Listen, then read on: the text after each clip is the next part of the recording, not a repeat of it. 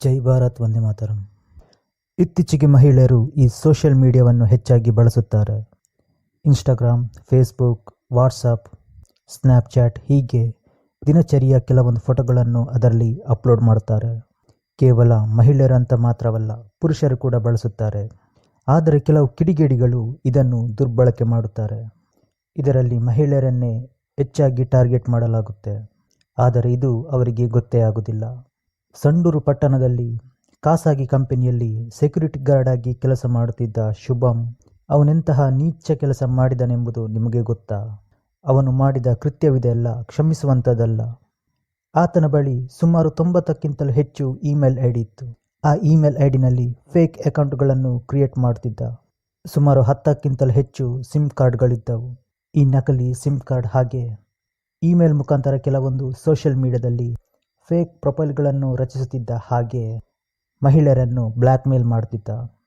ಅವನ ಬಳಿ ಸುಮಾರು 13,500 ಮಹಿಳೆಯರ ಅಶ್ಲೀಲ ಚಿತ್ರಗಳಿವೆ. ಈ ಫೋಟೋಗಳನ್ನು ಇಟ್ಕೊಂಡು ಆ ಮಹಿಳೆಯರನ್ನೇ ಬ್ಲ್ಯಾಕ್ ಮೇಲ್ ಮಾಡುತ್ತಿದ್ದ. ಹಣಗಳಿಗೆ ಡಿಮ್ಯಾಂಡ್ ಮಾಡುತ್ತಿದ್ದ.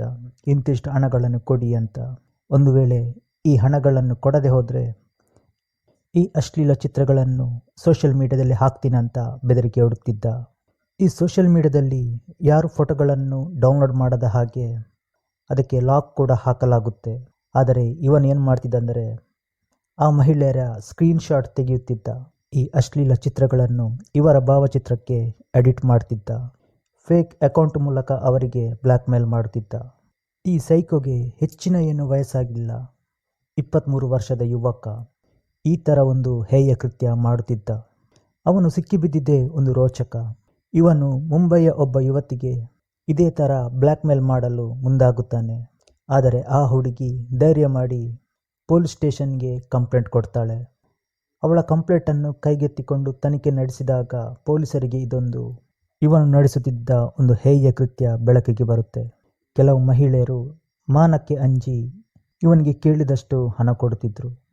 ಇನ್ನು ಕೆಲವು ಮಹಿಳೆಯರಿಗೆ ವಿಡಿಯೋ ಕರೆಯನ್ನು ಕೂಡ ಮಾಡುತ್ತಿದ್ದ. ಕೆಲವು ಮಹಿಳೆಯರಿಗೆ ಬಟ್ಟೆ ಹಾಕದೆ ವಿಡಿಯೋ ಕಾಲ್ ಮಾಡುವಂತೆಯೂ ಕೂಡ ಒತ್ತಾಯಿಸುತ್ತಿದ್ದ.